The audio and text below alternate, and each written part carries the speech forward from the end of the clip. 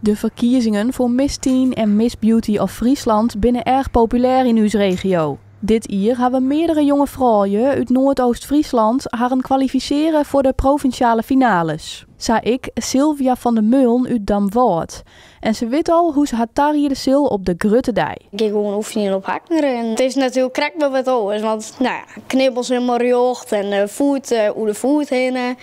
Dus dat is soms best nog wel moeilijk. Hoewel de finale nog een paar mannen op een watje lid, wordt er geregeld een tussenstand deeld. In de meest recente stier Sylvia op het 14e plak van de in totaal 21 deelnemers. Toch slit ze haar daar net terug aanlieden. Ik ben ook gewoon eigenlijk bezig met mijn eigen ding.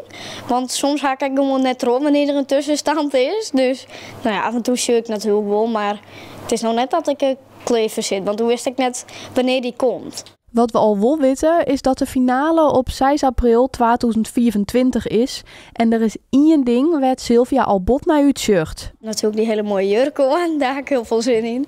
Ik hou heel veel van glitter en gewoon van die hele mooie lange jurken. Ja, het ziet gewoon alsof ik ga trouwen, maar dan krijg ik wat oors.